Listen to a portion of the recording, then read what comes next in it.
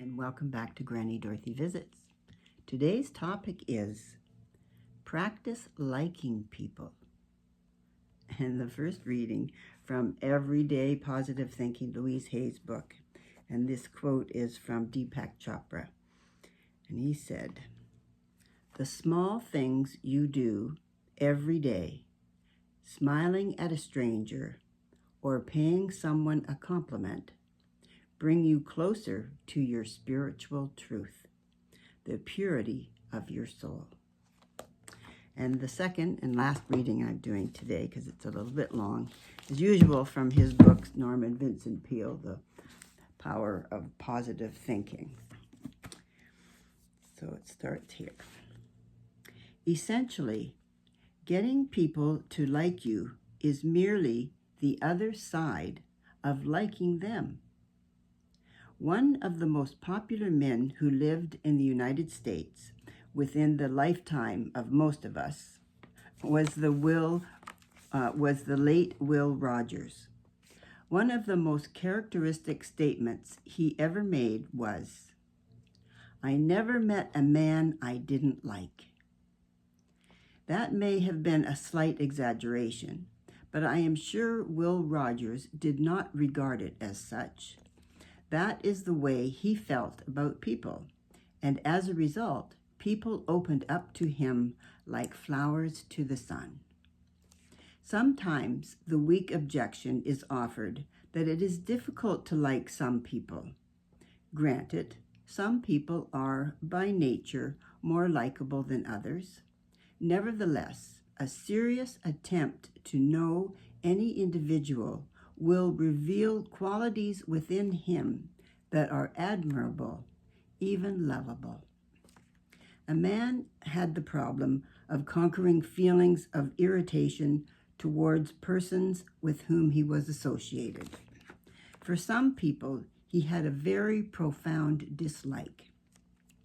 They irritated him intensely, but he conquered these feelings simply by making an exhaustive list of everything he could possibly admire about each person who annoyed him. Daily, he attempted to add to this list. He was surprised to discover that people whom he thought he did not like at all proved to have many pleasing qualities.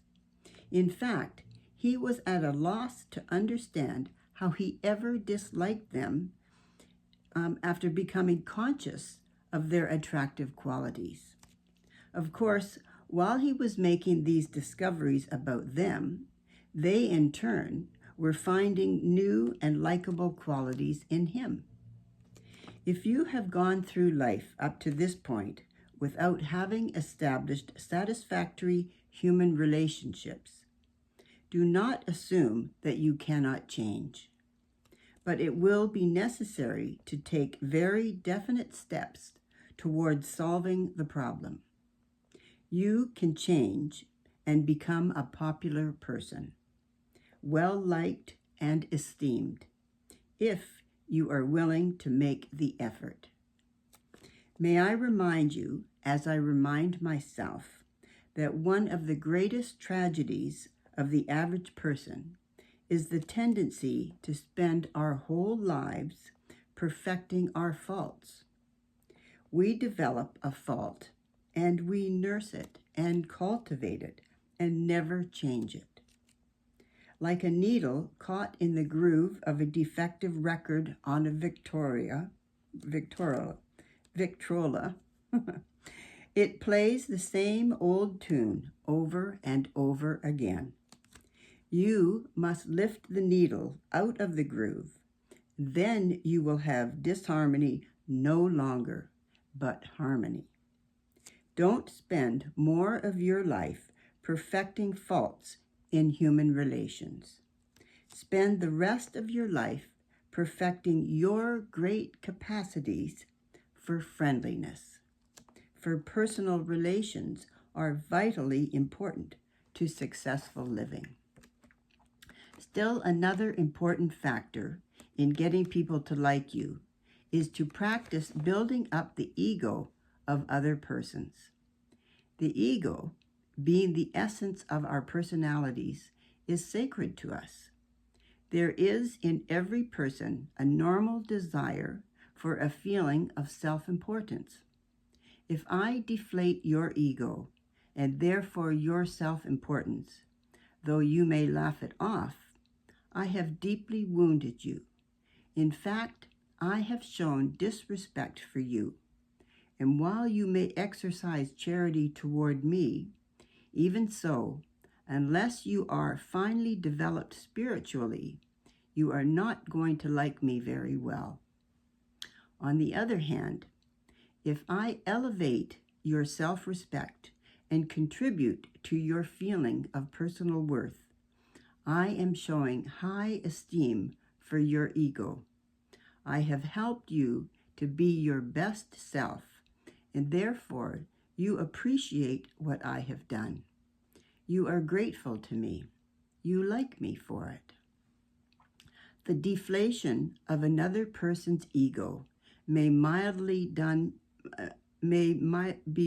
done perhaps, but one can never evaluate how deep the depreciation goes from even a remark or an attitude that is not meant to be unkind. Here is the way in which ego is often deflated. The next time you are in a group and someone tells a joke, and everybody laughs with appreciation and pleasure except yourself, when the laughter has died down, you say patronizingly, "Well, that's a pretty good joke, all right. I saw it in a magazine last month." Of course, it will make you feel quite important to let others know of your superior knowledge. But how does it make the man feel who just told the joke? You have robbed him of the satisfaction of having told a good story. You have crowded him out of his brief moment in the limelight and usurped attention to yourself. In fact, you have taken the wind out of his sails and left him flat and deflated. He enjoyed his momentary little prominence, but you took it away from him. Nobody in that group is going to like you for what you did, and certainly not the man whose story you spoiled.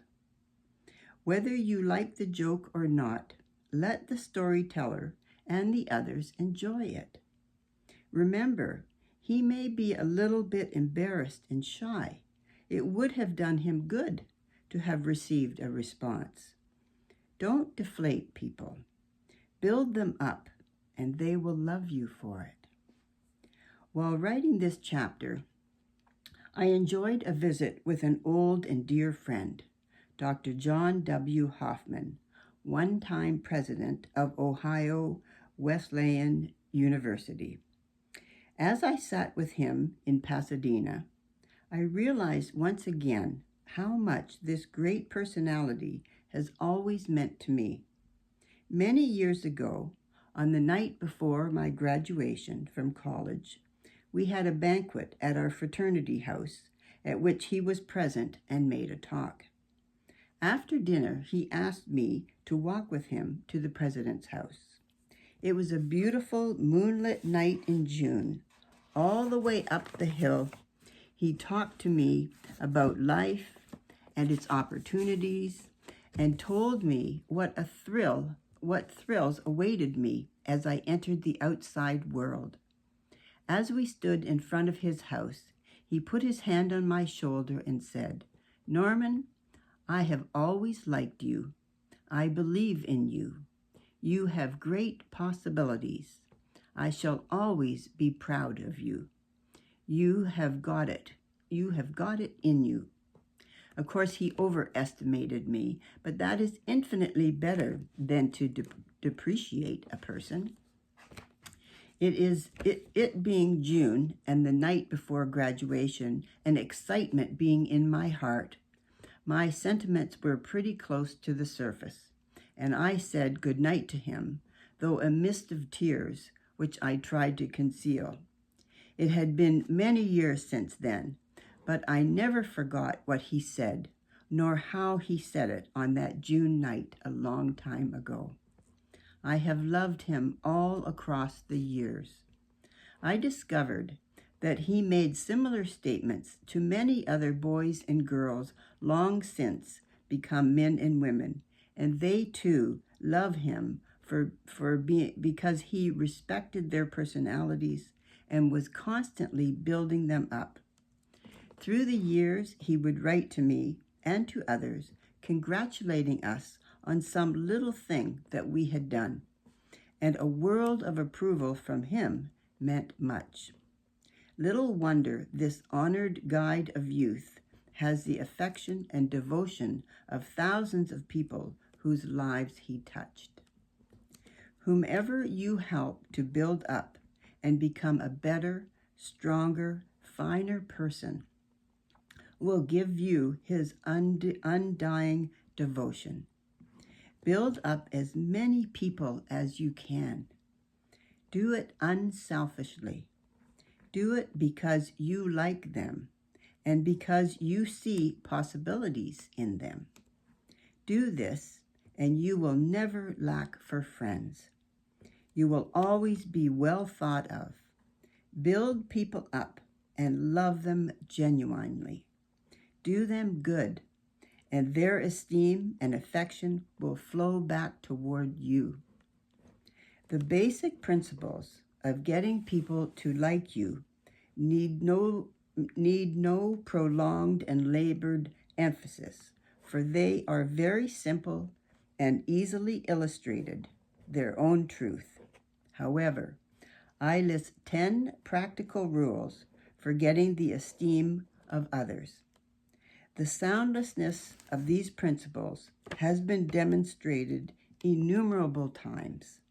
Practice them until you become expert at them, and people will like you. Number 1, learn to remember names. Inefficiency at this point may indicate that your interest is not sufficiently outgoing. A man's name is very important to him. 2, be a comfortable person so there is no strain in being with you. Be an old shoe, an old kind of individual. Be homey.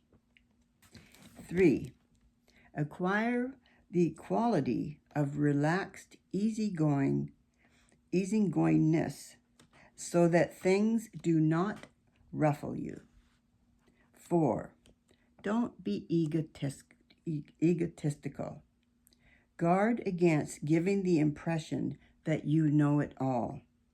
Be natural and normal and humble. 5, cultivate the quality of being interested so that people will want to be with you. Being interesting so that people will want to be with you and get something of stimulating value from their association with you. 6, study to get the scratchy elements out of your personality, even those of which you may be unconscious. 7, sincerely attempt to heal on an honest Christian basis every misunderstanding you have had or now have. Drain off your grievances. 8, practice liking people until you learn to do so genuinely. Remember what Will Rogers said, "I never met a man I didn't like." Try to be that way. 9, never miss an opportunity to say a word of congratulation upon anyone's achievement or express sympathy in sorrow or disappointment. And 10, get a deep spiritual experience so that you have something to give people that will help them to be stronger and meet life more effectively. Give strength to people, and they will give affection to you. That's pretty good, don't you think? So much of life is just like we need to stop and think all the time, stop and think, and especially, what we say to people and how important it is to build them up, to see the good in them. I like the part where he said about writing down good points of people that you think at first that you don't particularly like them. But if you make an effort and you write down, well, that was a good point, that was a point, it'll build up until maybe you see the person in a different way. Because that's sure what we have to do, is get along with each other. All the time we have to try hard to be loving and kind to make this world a better place for all of us. That's what I want for you, to have a great life and kindness and love with you always. And I send you my love. Mwah. Until next week, bye for now.